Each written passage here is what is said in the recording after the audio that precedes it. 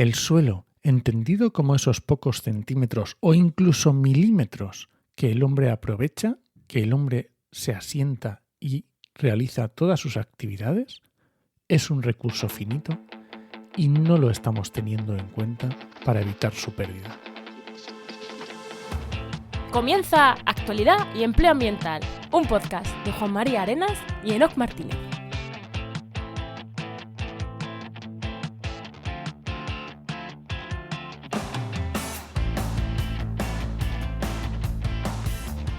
Buenas, soy Juan María Arenas. Y aquí Enoc Martínez. Y este podcast cuenta con el patrocinio de GeoInnova. Profesionales expertos en territorio, medio ambiente y sistemas de información geográfica que puedes encontrar en www.geoinnova.org. Hoy, en el programa 166 del martes 7 de febrero de 2023, hablamos sobre erosión del suelo. Sí, básicamente sobre erosión. Vamos a hablar principalmente sobre erosión y pérdida de suelo. Y la frontera un poco entre suelo, piedra, aire. Vamos a estar moviéndonos por ahí. Pero antes, Enoc, antes, fíjate, ya que has hablado de GeoInnova, te voy a decir una cosa. Porque GeoInnova, que es nuestro patrocinador, saca todos los años su curso, su máster, SIG de código abierto, en tecnología SIG de código abierto. Y se cierran inscripciones el 17 de febrero. O sea que si alguien quiere hacer un máster de SIG de código abierto, que son 2 años, no necesitas saber mucho SIG. O sea, es profesionalizante, aprendes un montón, pero puedes entrar siendo geógrafo sin nada o ambientólogo sin saber apenas de SIG, puedes entrar sin ningún problema. Y es que se cierran plazas el 17 de febrero. O sea que si estás pensándolo... 10 días quedan. Claro, corre porque es una inversión, pero es verdad que, es una inversión que con poquito sales trabajando, ¿eh? Yo lo dejo ahí. Y antes, bueno, ya que hemos dicho esto de GeoInnova, es que lo tenía que decir, ¿no? Por si alguien no llega al final, que lo escuche aquí. ¿Qué tal tu semana, Enoc? Pues con mucho podcast. He estado editando un montón. Editando Mentescopia, que ha salido ya, ha empezado la segunda temporada. Y tenemos nuevo podcast que todavía no puedo decir nada, pero ya he estado editando, creando portadas. Bueno, una nueva producción que puede estar muy chulo. Semanal. Podcast semanal. Y contigo ahí. Y yo, claro. Que yo no, pero tú sí. Bueno, ¿y tú con qué has estado? Que en el podcast este no estabas. No, con este no. Pues yo he estado, hablando de podcast, he estado preparando el curso de podcasting, que el año pasado, de podcaster y comunicación científica, de podcast y comunicación científica, que di el año que impartí el año pasado en la Universidad de Huelva, para el profesorado de la Universidad de Huelva. Es un curso de 24 horas, intensivo. Y me llamaron el otro día que si lo quería dar en marzo otra vez. Y... claro. Pues venga. Sí, entonces claro, te llaman, oye, pero tienes que mandarme ya todo, que es en marzo. Y es como, vale, pues ahí he estado preparando, entre otras muchas cosas, preparando el curso este, que la verdad que está, a ver si más universidades se animan a hacerlo, porque la verdad que está bastante bien. Y oye, y se ve que están contentos, porque cada año me llaman para repetir. O sea, que se ve que están contentos. Bueno, muy bien. Le damos paso al invitado, ¿no? Venga, sí, que está aquí esperando.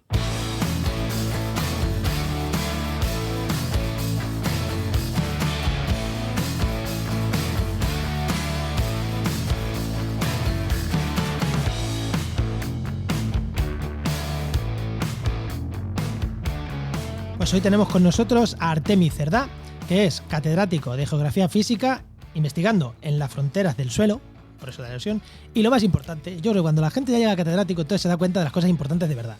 ¿Cómo te presentamos, Artemi? Y nos ha dicho, di que soy nieto de un arriero y un agricultor.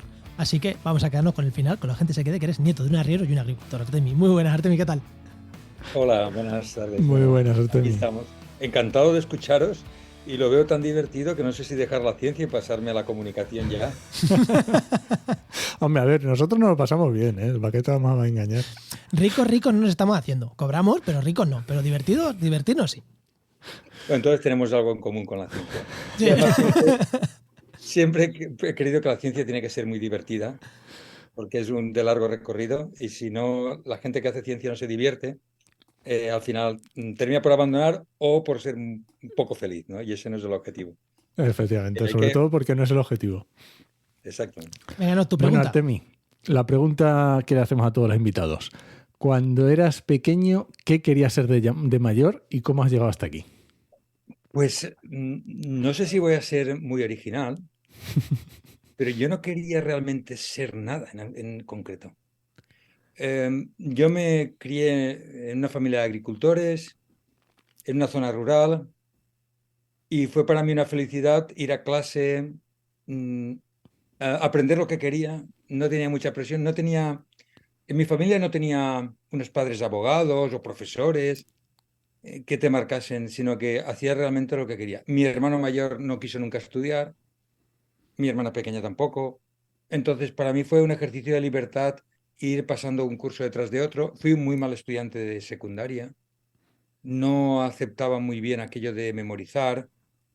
Y bueno, fui llegando a la universidad porque el viento de aquel momento, ¿no?, movía las velas hacia la universidad porque mis compañeros iban. Mido casi 1,90, era un poquito alto para aquella época.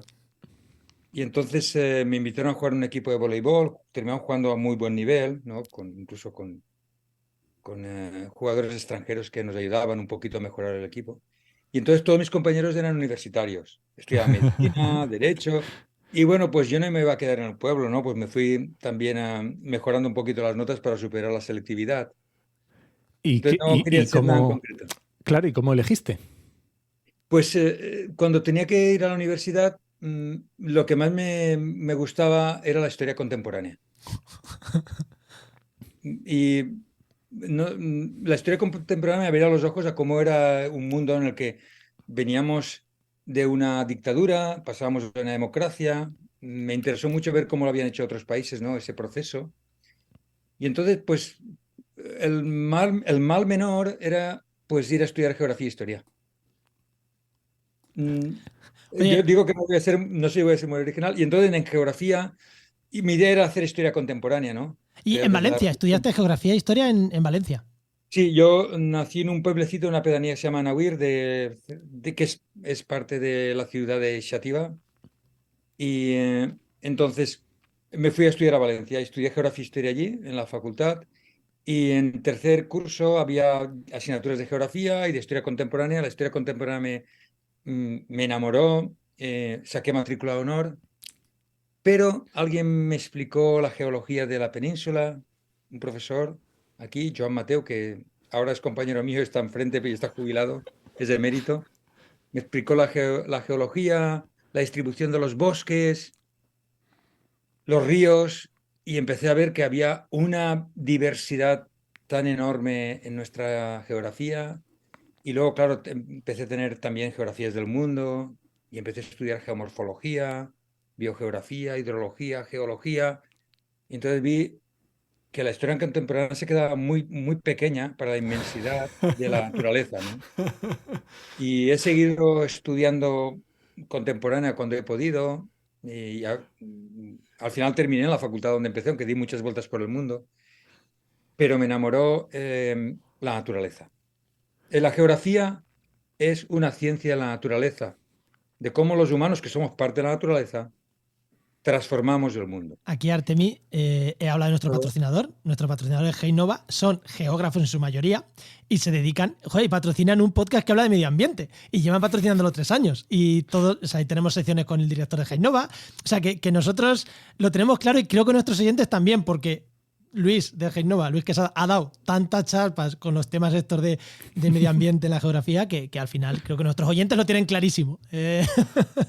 Vale, Sí, y de todo este acercamiento desde la geografía, desde primero historia, ¿cómo terminas en el suelo? ¿Eso ya es La más ciencia. andanza de investigación en la ciencia? Porque es que ¿O esto es ciencia eh, pura, no es geografía de ordenación del territorio ni nada. Es que haces ciencia pura que podría hacer un geólogo o un biólogo o un ambientólogo. mira, yo con 21 años estaba terminando tercero de carrera y sacando matrícula de honor en historia contemporánea.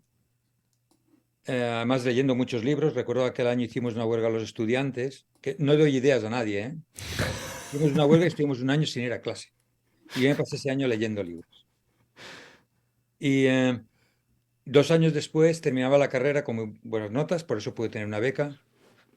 Y cuando fui a elegir el tema de tesis, una de las cosas que seguramente menos me habían explicado, y eso era al final lo que hace una tesis, buscar lo que menos sabes y lo que queda por saber, eran los suelos. La Tierra tiene un diámetro de 12.000 kilómetros y los suelos son unos pocos centímetros. No le prestamos mucha atención.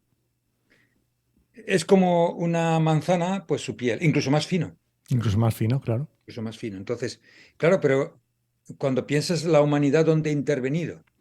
La humanidad no ha movilizado prácticamente nada de las rocas de la Tierra. Pero los suelos los ha modificado hasta el punto de que algunos suelos ya no son nada de lo que eran. Aquí en la Huerta de Valencia, por ejemplo, los suelos son una construcción humana. Suelos pesados, arcillosos, se han transformado en regadíos, se han mezclado con arenas que se han traído de las playas, se ha añadido materia orgánica y ya no tiene nada que ver con el suelo original. Entonces, el suelo es donde se muestra la naturaleza intervenida por el hombre Clarísimo. y por las mujeres. Sí, por supuesto. Sí, porque claro, tendemos a utilizar el término hombre en general y creo que tenemos que empezar a Por el ser humano. demostrar, porque claro, la agricultura es uno de los grandes hechos de esa alteración, uno de los grandes progresos humanos, pero que ha alterado mucho el suelo, y ahí las mujeres tuvieron mucho que decir, seguro, en la invención de la agricultura. Bueno, pues entonces ya hemos llegado al tema que vamos a hablar ahora. Eso iba a decir, creo que estamos hablando del tema, así que voy a lanzar la sintonía del tema y seguimos hablando del tema. Porque a mí se me ocurren hacerte ya preguntas, pero ya relacionadas con el tema. Así que vamos al lío, si os parece.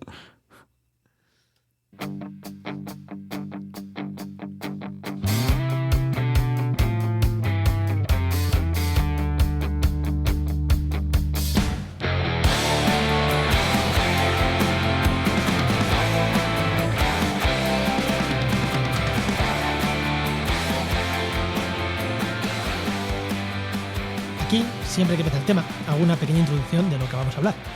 Pero es que hoy lo que podéis hacer es darle 20 segundos para atrás, 30, y volver a escuchar lo que ha dicho Artemi. La gran intervención humana se ha hecho sobre la primera capa minúscula de suelo, que es donde se ha hecho la erosión, todos los efectos que hemos tenido sobre el suelo. Y te iba a decir, Artemi, y posiblemente el mayor cambio que ha producido el humano sobre la Tierra no es ni el CO2 que está emitiendo, no es la pérdida de bosques, no, es la brutal transformación y la cantidad de materiales que ha movido de un lado para otro sin querer, erosionando. No sé si estás de acuerdo conmigo. Absolutamente. Los humanos, desde el momento que introdujimos el fuego, tener en cuenta que no hay si algo nos caracteriza a los humanos es el uso del fuego. Si empezáis a buscar algo que hacemos los humanos y no sabe hacer ningún otro animal, ¿no? Ninguna otra especie, es el fuego. Sabemos, las otras especies utilizan herramientas, por ejemplo, y incluso tienen ideas del más allá, como hacen los elefantes. Pero el fuego fue el primero. Hace 1 millón de años hay fuego controlado por los humanos, es decir, incendios. Cuando tú tienes un incendio, aumentas las tasas de erosión automáticamente. Suelo que se traslada, ¿no? hacia las partes bajas de las cuencas de drenaje. Hemos llegado a modificar tanto la morfología o geomorfología del planeta que hay espacios que nos parecen naturales y no lo son. Por ejemplo, uno que todos conocéis, que es el delta del Ebro.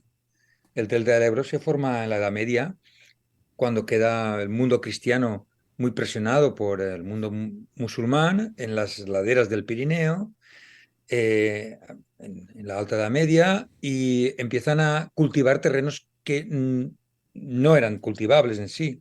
Tienen que cultivar las laderas que son de solana, porque en las de Umbría no puede crecer el trigo, deforestan completamente el Pirineo y entonces baja tal cantidad de sedimentos que forma el delta del Ebro. Ostras. Fíjate, no existía.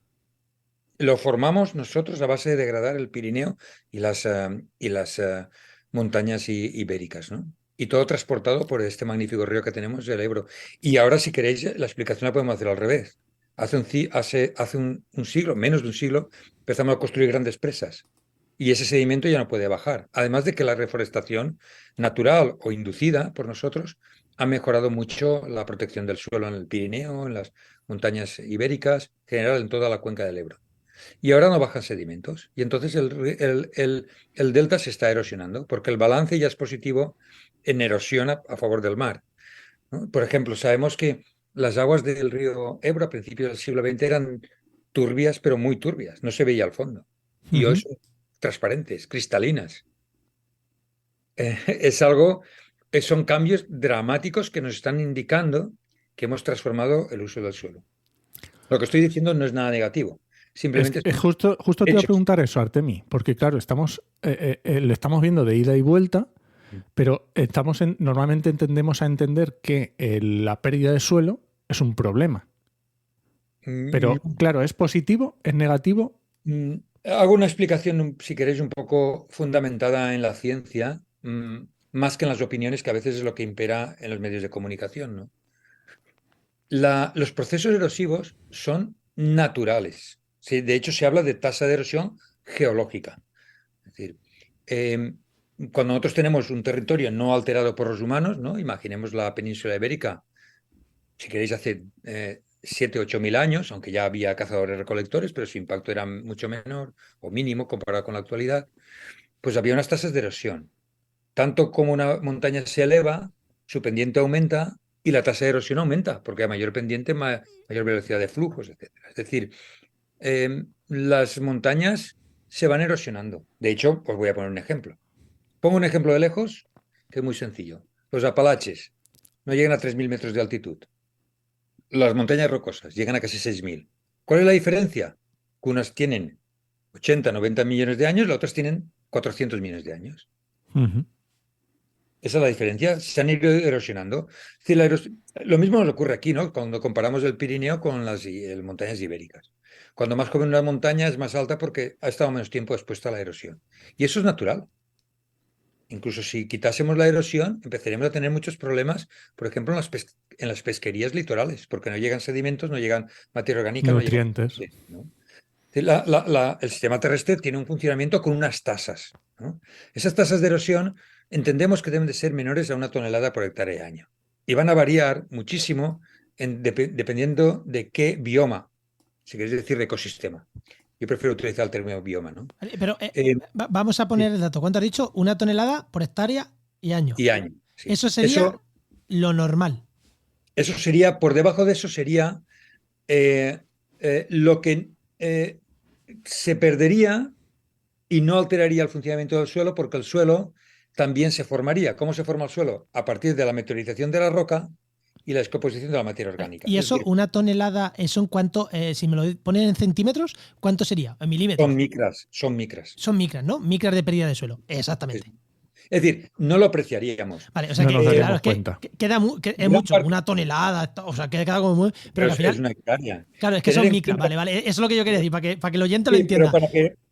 para, Una micra. para que nuestros oyentes, escuchantes creo que hoy, Sí. van a ser, nos entiendan, en el agua que escurre de una montaña, aunque nosotros no veamos sedimento, no veamos el agua cristalina, sí que va parte del material de la montaña disuelto en solutos. Yo les invito a todos que ahora se levanten, vayan a la cocina, cojan una botella de agua mineral y miren la composición. Y verán cómo hay Minerales. prácticamente 1 gramo por cada litro. ¿Vale? ¿De acuerdo? 1.000 litros, 1 kilo. Si Claro. sale de una Claro. montaña de 1.000 litros es 1 kilo. Es decir, hay un proceso, el proceso de meteorización y después de erosión y transporte del material pueden ser por arrastre de materiales en suspensión, que es lo que vemos normalmente en un río, por eso las aguas son turbias, pero también puede haber material en disolución. Y eso es mucho material. ¿Eh? ¿De acuerdo? Es decir, no tenemos por qué ver el río sucio, entre comillas, aunque yo nunca diré que un río va sucio, a no ser que lo hayamos contaminado con nuestros nutrientes, con nuestros abonos, etc. Cuando un río va turbio, lleva mucho material y las pérdidas de suelo suelen ser muy altas. Pero aunque vaya cristalina el agua, lleva, También lleva. lleva Lleva. materiales Vale. absolutos. Aquí el problema, entonces, no es el problema con la erosión del suelo, no es la erosión que de manera natural se da, aunque te ha dicho que es micras al año, sino el problema es en los campos agrícolas, tras un incendio forestal, que las pérdidas no son micras, son centímetros. Exacto. Pasamos a milímetros. Yo no quiero ser exagerado. Pasamos a milímetros y en algunos casos puntuales, por muy mala gestión, en décadas se nos pierde el suelo y entonces pasamos a hablar de centímetros. ¿Dónde tenemos centímetros? Pues en los estudios que hemos hecho tenemos centímetros en lo que llamamos badlands, tierras malas, cárcavas, que encontraremos normalmente en zonas desérticas, aunque puede haber también en algunas zonas húmedas, como por ejemplo, todos tendréis en mente el desierto de Tabernas en Almería, Claro. las Bardenas Reales en Navarra. Pero yo quiero aquí lanzar una información. Muchas de esas zonas no tienen erosión acelerada, que sería la erosión provocada por los humanos y que no sería sostenible. Son tasas de erosión muy elevadas, pero son naturales. Son Por los zonas procesos que se están dando ahí naturalmente y ya está, no tiene ningún por problema. ejemplo, en este caso puede ocurrir que sea una zona que se esté elevando tectónicamente, muy activa, como pasa en el desierto de Tabernas, o una zona que está siendo vaciada por la dinámica fluvial, como son las Bardenas reales, ¿no? En las que son fondos de lagos o marinos y que ahora están erosionándose. Es decir, no tendríamos que confundir la tasa de erosión con si es sostenible o no. La tasa de erosión tiene que estar relacionada con la formación del suelo. Si tú formas 10 y se erosionan 10, sigue siendo estable y sostenible, porque tanto se produce, tanto se pierde. Por eso os digo que es muy importante entender lo de los biomas. No es lo mismo la taiga que los bosques templados, los bosques mediterráneos, que los bosques tropicales, que los desiertos. En cada uno de ellos las tasas van a ser distintas. Tenemos que conocer las tasas naturales y las tasas aceleradas por la acción humana, ¿no? ¿Dónde es muy problemático esto? ¿Dónde el problema reside? ¿En qué zonas del mundo? En el Mediterráneo, por ejemplo, o en las zonas áridas, donde por condiciones climáticas los suelos se forman muy poco a poco. Entonces, si tú tienes un suelo que se forma muy poco a poco y es muy somero y lo sometes a mucho estrés y se erosiona, Estás pues perdiendo. entonces tienes una pérdida. En cambio, si tú en un Chernozem, ahora que desgraciadamente tenemos que hablar de ellos por esto del granero, por la guerra, ¿no? Qué malas son las guerras, ¿eh? Y la gente que las hace. Claro, un Chernozem puede permitirse perder más suelo que un suelo rojo mediterráneo. Muchos de ellos heredados del pasado. Ni siquiera se están formando ahora. Entonces, estamos esto es por qué nos apasiona estudiar el suelo. Porque no es tan sencillo como decir que 4 no es sostenible. 4 toneladas por hectárea año, porque una lo es. Depende del bioma. Y eso nos lleva a mejorar nuestro conocimiento, a investigar más, a conocer más. Y el suelo sigue siendo un gran desconocido en ese aspecto. De hecho, estamos hablando de una tonelada, pero tal vez no tendríamos que utilizarlo para todos los biomas. Tendríamos que acotar uno para distintos biomas, ¿no? Y Sí, no, pero es, no tenemos bastante información para ello, porque es- tenemos zonas completamente desconocidas. claro, es una media y bueno, ya está. O sea, habrá sitios que Pero sean mirad, superior, otras inferior y ya está. para que os hagáis una idea, ¿vale? Yo trabajo ahora mucho en viñedos porque tengo un compañero que ahora es profesor en la Universidad de Granada, Jesús Rodrigo, y con él hemos estado desarrollando un método para medir a largo plazo. ¿Y sabéis lo que utilizamos? Con una idea que los agricultores nos ha ayudado mucho a desarrollar. El injerto. Cuando se pone una planta, se injertó y se injertó a una altura, 2 centímetros.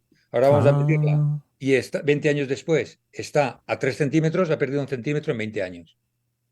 Todo esto que te digo tan sencillamente, nosotros lo llevamos al terreno científico, con buenas mediciones, con mucho detalle, pero es tan sencillo como eso. Las plantas, claro, y en una hectárea hay muchas plantas de viñas, tenemos muchos puntos de medición. Y además nosotros creamos otros entre injerto y injerto. Todo viene por la filoxera, que hizo injertar a todas las plantas. Fijaros, ¿eh? Hay que utilizar a los agricultores una fuente de información excelente. Pues hemos descubierto, recordad que una botella de vino, aunque todos creéis que os bebéis 1 litro, os bebéis 3/4 de litro, 75. ¿eh? Es decir, no nos bebemos no es 1 kilo, ¿eh? Pues en España nuestros estudios demuestran que por cada botella de vino que nos bebemos se pierde más de 1 kilo de suelo. ¿A qué alarma? Hombre, un poquito. Alarma, ¿Ves? por una parte, Y ya no porque estamos ahí no estamos hablando de hectáreas por metro, por no sé qué. No, no, no. Ahí estamos hablando de cosas que todos entendemos. sí, Por cada botella de vino, y nos alarma además porque cuando hemos ido profundizando, hemos visto que el periodo en el que más suelo se pierde es cuando se hace la plantación. Cuando las plantaciones ya son maduras, 4 o 5 años, 6 años, ya hay una cubierta vegetal, la pérdida de suelo se ralentiza. Pero en los años de la plantación hay mucha erosión. Las razones son las siguientes. Primero, hay un gran pisoteo, un paso de maquinaria pesada que compacta el suelo y hace que cuando llueva haya menos infiltración y corra más agua, y eso es más de erosión. También porque la planta, y de recordar que un sarmiento es muy pequeñito, ¿no? Cuando se planta la parra, Sí. es nada, ¿no? Entonces no hay protección del suelo y dejamos los suelos desnudos. Entonces hay mucha erosión. ¿Sabéis lo que promociona la Unión Europea? Nuevas plantaciones, nuevas variedades, arrancar y volver a plantar. Durante años la Unión Europea estuvo pagando por dejar la tierra, sobre todo en Castilla-La Mancha, Castilla-León, dejar la tierra sin cultivar, labrarla y dejarla desnuda. Sabemos que la erosión está controlada por la cubierta vegetal. ¿Sabéis cuándo la tierra tuvo mayores tasas de erosión? Antes de que aparecieran las cubiertas vegetales de hace 400 millones de años sobre la Tierra. La Tierra estuvo 4.200 millones de años sin Desnuda. cubierta vegetal, no había seres vivos. Y durante ese periodo no había nada que cubriese la Tierra. Y entonces las tasas de erosión eran pavorosas. Cuando llegó la vegetación y empezó a cubrir las rocas y formar suelo, es cuando empezaron a reducirse las tasas de erosión. Entonces la vegetación es la clave. Y estamos promocionando que los agricultores utilicen abonos verdes, que es plantas que nos van a ayudar a fijar nitrógeno, por ejemplo. Nos van a ayudar a cubrir el suelo. Nos van a enriquecer en materia orgánica. Nos van a proteger de la erosión. Que los restos de poda se trituren y no se quemen. Que introduzcamos cubiertas de paja. Esa es la cubierta vegetal. Y hasta ahora nos hemos equivocado muchísimo en las políticas. No, ¿sabéis? Quiero decir esto porque muchas veces echamos la culpa a los agricultores. Y creo que tenemos mucha más culpa al resto de la sociedad, primero porque no hemos ayudado a la educación ambiental de los agricultores. Los agricultores son los primeros gestores ambientales que tenemos, los que están a pie de campo. Y tienen muy poquita información de temas ambientales. Solo los estamos dándoles subvenciones sin explicarle por qué. También puede ser que, digamos, los agricultores no preguntan. Pero tenemos una obligación de información hacia ellos que en este momento nos está dando. Ya, como esto, Artemio, te hemos dicho que iba a ser un poco charleta, un poco tertulia también. Al final siempre el invitado es el que más habla, sin duda.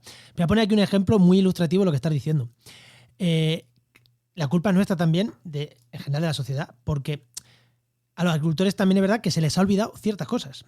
Una vez me decía mi abuelo, toda la vida se ha hecho así. Y yo le respondí, toda la vida no había tractores.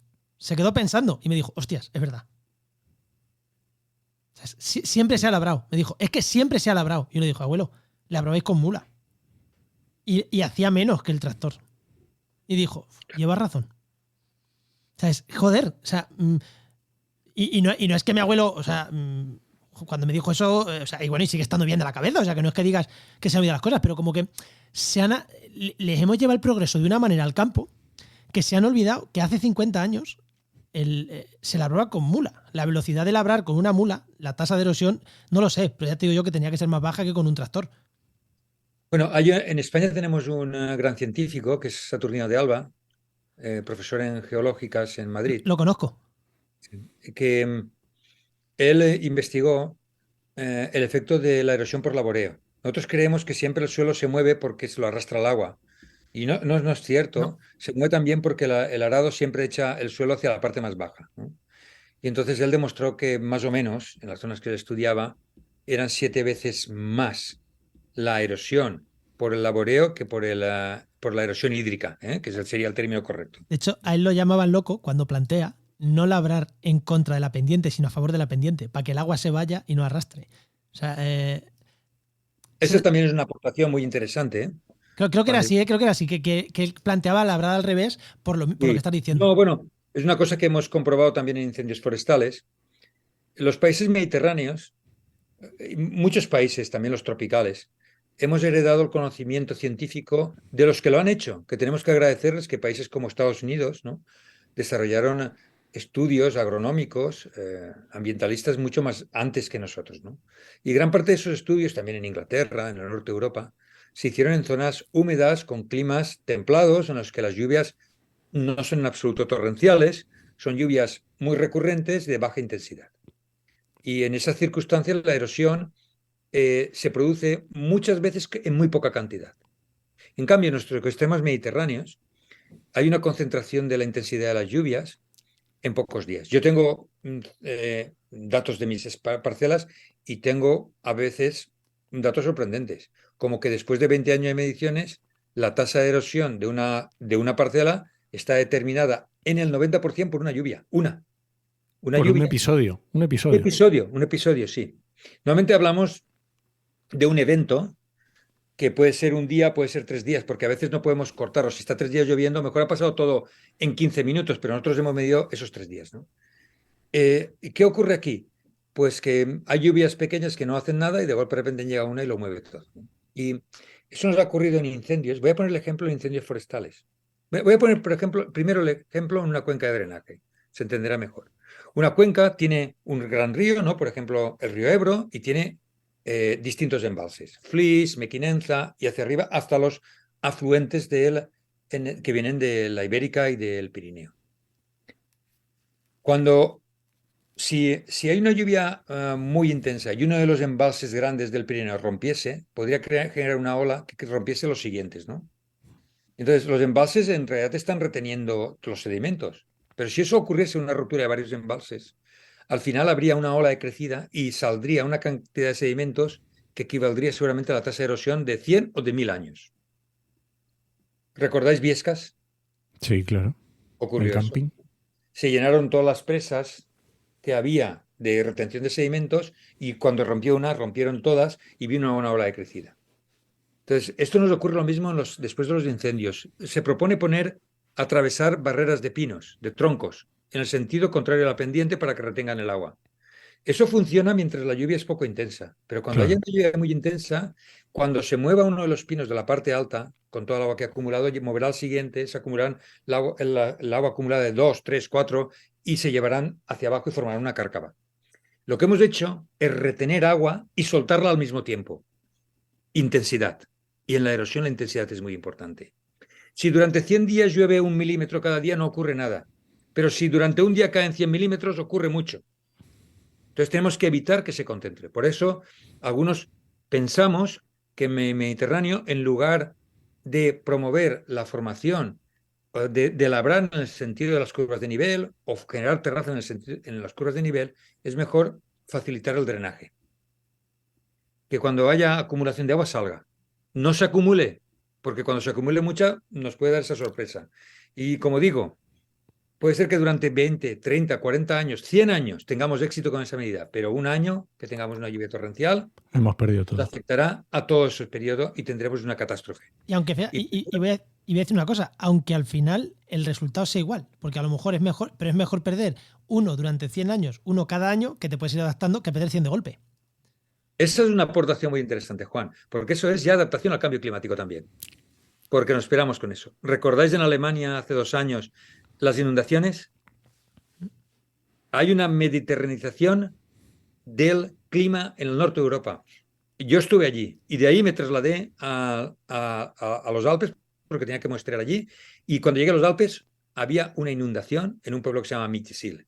Estaba todo el valle inundado y la gente me decía, después caminé por los valles laterales, por donde antes había glaciares y se había provocado una erosión descomunal. La gente me decía, nunca habíamos visto esto, prados completamente arrasados, porque se está produciendo un aumento de la intensidad de las lluvias en el norte de Europa. El Mediterráneo está avanzando hacia el norte. Hacia el norte, claro. Entonces, esto también, gracias a tu comentario, Juan, y al tuyo, Enoch, esto es muy importante porque el clima va a determinar, como os he explicado antes, los biomas tienen distintas tasas de erosión, pero si nos cambia el clima, nos cambia la posición de los biomas. ¿Y eso a qué nos lleva? A la incertidumbre de lo que va a ocurrir en muchas zonas.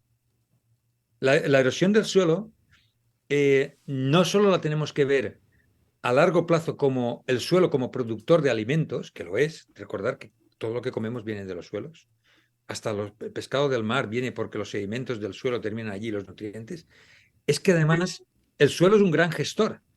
El suelo nos gestiona las aguas. Degrademos los suelos, tendremos más escorrentía.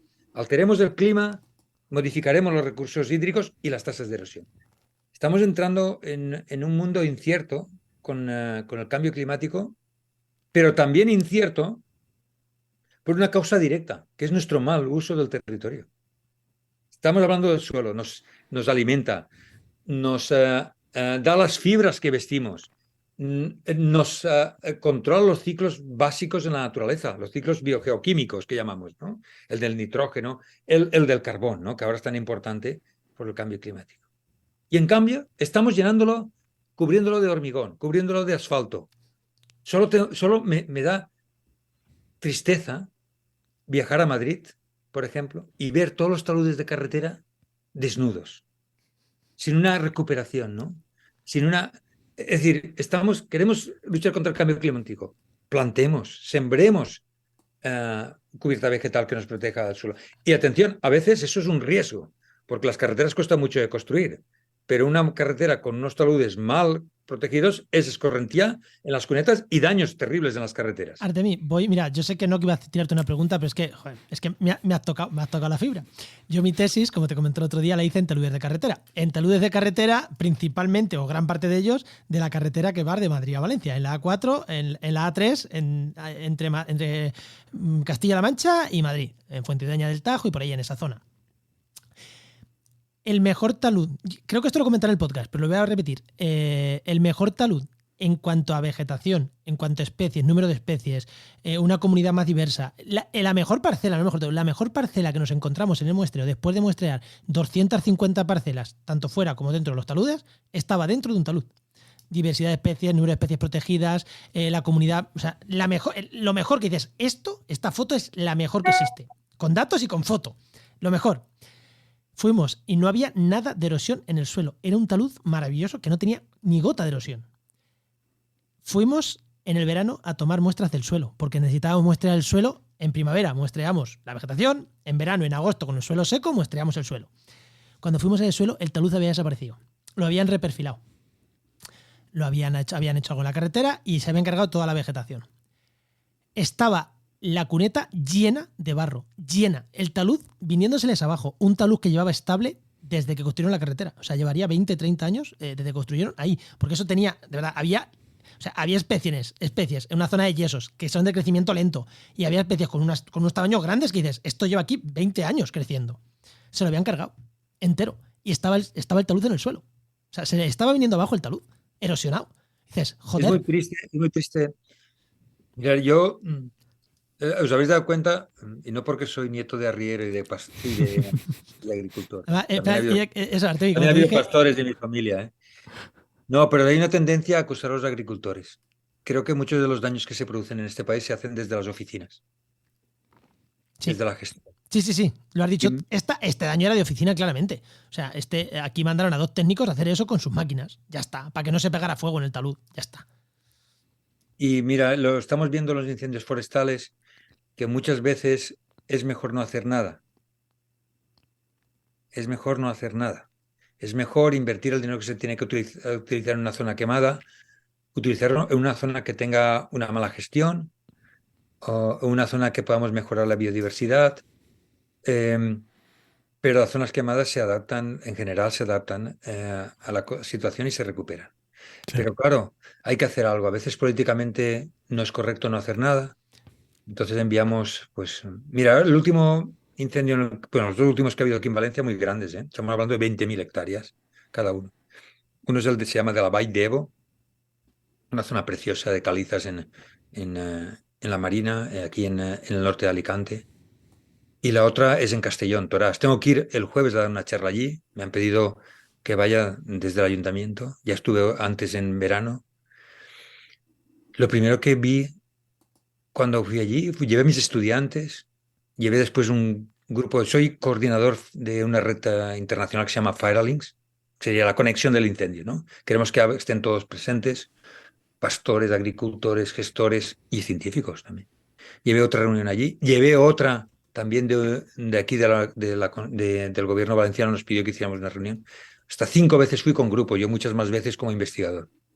Lo primero que llegó allí fue una pisonadora y dos máquinas giratorias para limpiar, para mejorar los caminos, decían. Claro, yo les dije, cuando hablé con un responsable, dije, mira, aquí lo único que hace falta ahora es dejar balas de paja para los herbívoros. Para que no...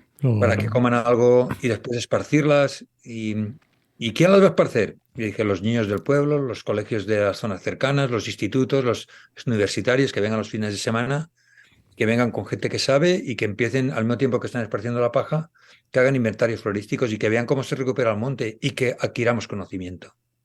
Nos falta conocimiento.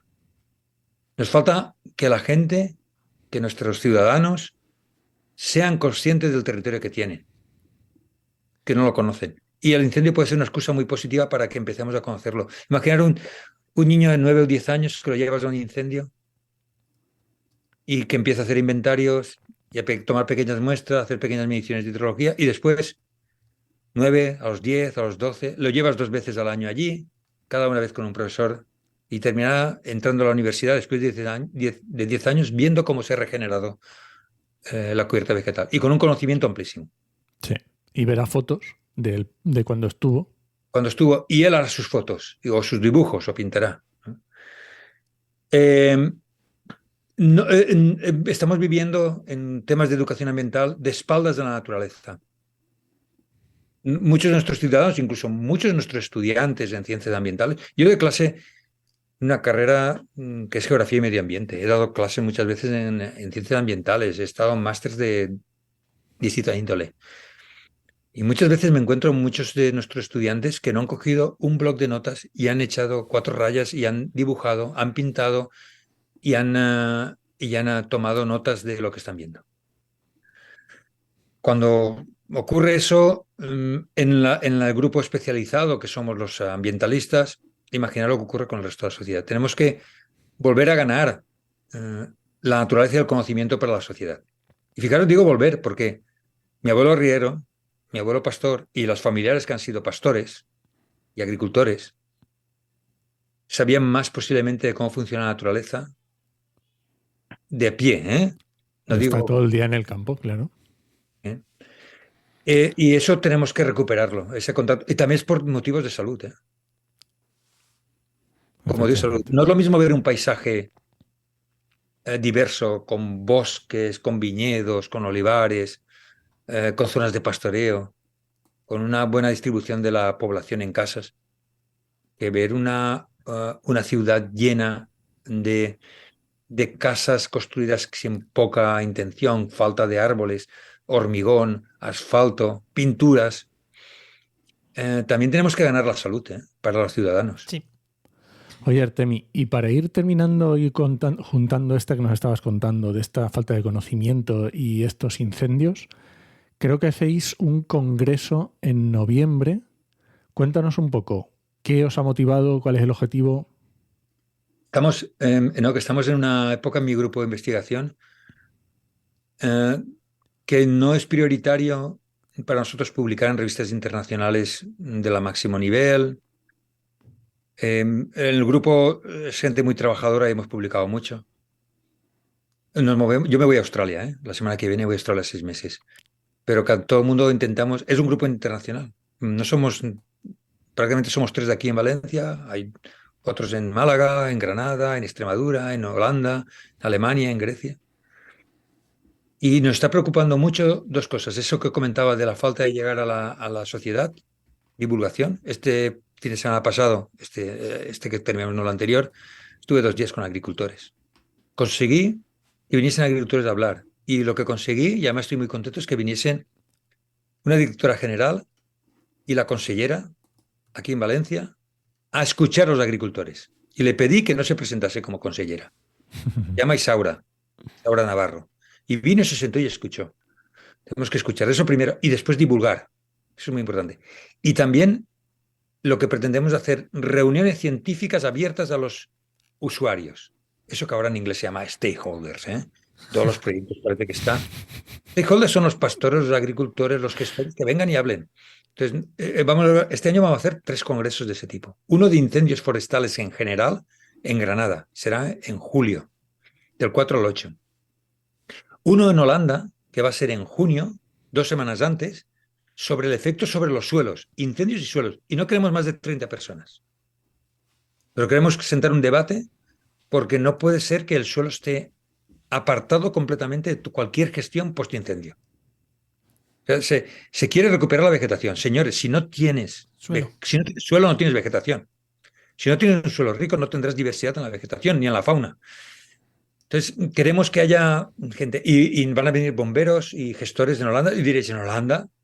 Allí no hay incendios. Sí hay incendios.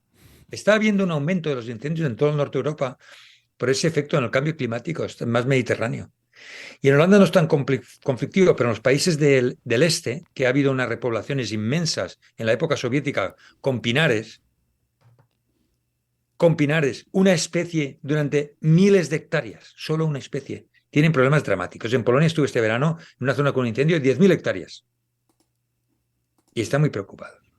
Y el otro que haremos será uno, es que el congreso es Biohydrology, lleva 7 veces se ha realizado en los últimos 20 años. Lo último fue en Polonia y ahora vamos a hacerlo en la costa valenciana, en Gandía, que si me escuchan los madrileños todos saben dónde es la playa de Madrid. Pero queremos ver cómo se utilizan los recursos hídricos, cómo esa concentración de la población allí está alterando los recursos hídricos en toda la zona.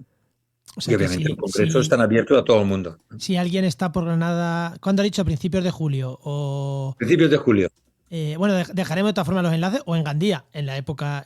¿Cuándo ha dicho en el de Gandía? ¿No ha dicho la fecha? De Gandía va a ser en noviembre. Perdón, en octubre. ¿En octubre? Entre el 4 y el 8 de octubre. Pues ahí nuestros oyentes que estén por esas zonas, que miren y que se puedan pasar, porque ya habéis dicho, es un congreso científico, pero abierto. O sea Bien, exactamente. que yo animo a la gente que pase. Y, joder, y para estudiantes, que sabemos que nos escuchan muchos terminando carreras y tal, pasaros, Sí. que vais a ver lo que es un congreso científico Además, y vais a aprender mucho. para estudiantes lo que estamos haciendo es rebajar muchísimo las cuotas. Sabéis, los congresos, nosotros organizamos los congresos como sociedades científicas y nos tenemos que autofinanciar. No, el dinero no viene de otro sitio que de los propios ingresos de la gente que viene al congreso. Pero lo que hacemos es que no nos escuchen o que no les siente mal, penalizamos a los mayores en beneficio de los jóvenes. Ya hacemos que paguen un poquito más todos los mayores, los catedráticos, profesores titulares, científicos titulares, que normalmente tenemos proyectos de investigación, con lo cual lo paga toda la sociedad. Y los estudiantes se les pone una cuota muy baja para que puedan venir, ¿eh? Además, es muy divertido tener gente joven que siempre tiene buenas ideas. Es que nos van a mejorar los conocimientos científicos. Y además son muy divertidos, no como los catedráticos que somos ya poco divertidos. Bueno, Enoch, ¿alguna cosita más? No, hombre, yo creo que ha estado muy bien y por lo menos nos ha dado una visión bastante global en el sentido de pérdida de suelo que creo que podemos aplicar y darnos cuenta del volumen al que nos estamos enfrentando. Sí, y joder, a mí me ha gustado. Y hay varios temas en los que me hubiera gustado profundizar un poquito más, pero lo vamos a dejar para los siguientes programas.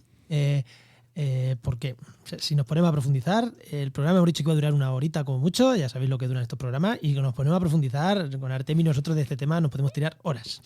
Así que yo creo que es el momento de dejarlo aquí. Artemi, muchísimas gracias. Como siempre decimos, momento spam, ¿dónde te puede seguir la gente? No sé, tienes en Twitter, en LinkedIn, en un blog. Sí. Mira, quiero pedir perdón a la gente de LinkedIn, pero nunca me he registrado, no lo he encontrado atractivo, aunque todo el mundo me dice que es magnífico. Yo estoy como Artemi Cerdá en Facebook y pongo ahí mis cosas, pero son cosas bastante generales, ¿no? Porque yo entiendo que un científico o un geógrafo no solo tiene que hablar de ciencia, sino también de lo que ve. No hablo de mi vida personal y eso, pero sí cosas muy diversas, ¿no? A veces de música. Después también estoy en Twitter, también como Artemi Cerdá, pero como los de Twitter a veces nos cierran las cuentas, no sé por qué, pues tengo dos Artemi Cerdá, dos Artemi Cerdá. Uno Artemio Cerdá y otro que es Artemi Cerdá, ¿eh? Mi nombre es Artemio o Artemi. Y luego, sabéis, con los proyectos, pues tenemos que generar también para divulgación. Entonces tengo de proyectos varios, también de los congresos varios, y tengo también de un grupo que se llama GeoGrants, que es para educación para mayores, que un día hace 20 años decidí que iba a ayudar en extensión universitaria a sacar a gente mayor de 55 años al campo. Bueno, que querían que diese clase aquí en la facultad entre cuatro paredes y después de 2 meses dije que sí, que me querían que las clases iba a impartir en el campo. Y desde entonces llevamos 20 años saliendo al campo a explicar cosas. Y para vuestra sorpresa seguramente, si os digo que he ido a Etiopía, Israel o Irán, os sorprenderá, pero también al Pirineo, Asturias, Almería, Extremadura, Córdoba, a caminar. caminar y hablar de los suelos, de los paisajes y de la gente que los llena esos paisajes. Y esa es una parte también muy fascinante. Entonces tenemos varias cosas ahí en marcha. También tenemos una cosa que se llama Global Fire Partnership. ¿Sabéis? Los incendios forestales son como la selección de fútbol, que todo el mundo es seleccionador y dice quién tiene que ir, ¿no? Todo el mundo sabe de incendios forestales. Entonces, pues como todo el mundo sabe, pues vamos a reunirnos en una Global Fire Partnership, ¿no? Una hermandad en la que todos participemos y tenemos un Twitter para ello.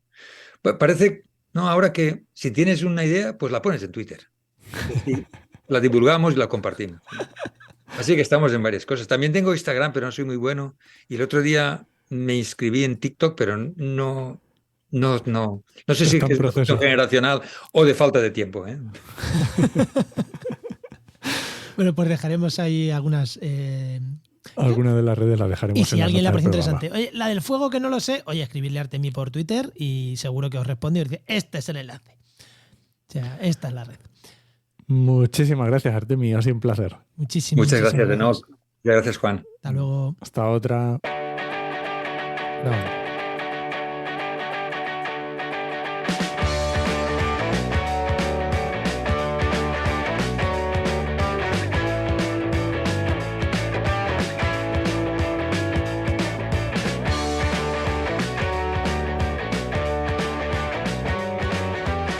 Bueno, no, hoy hemos decidido que con un geógrafo en la sala había bastante.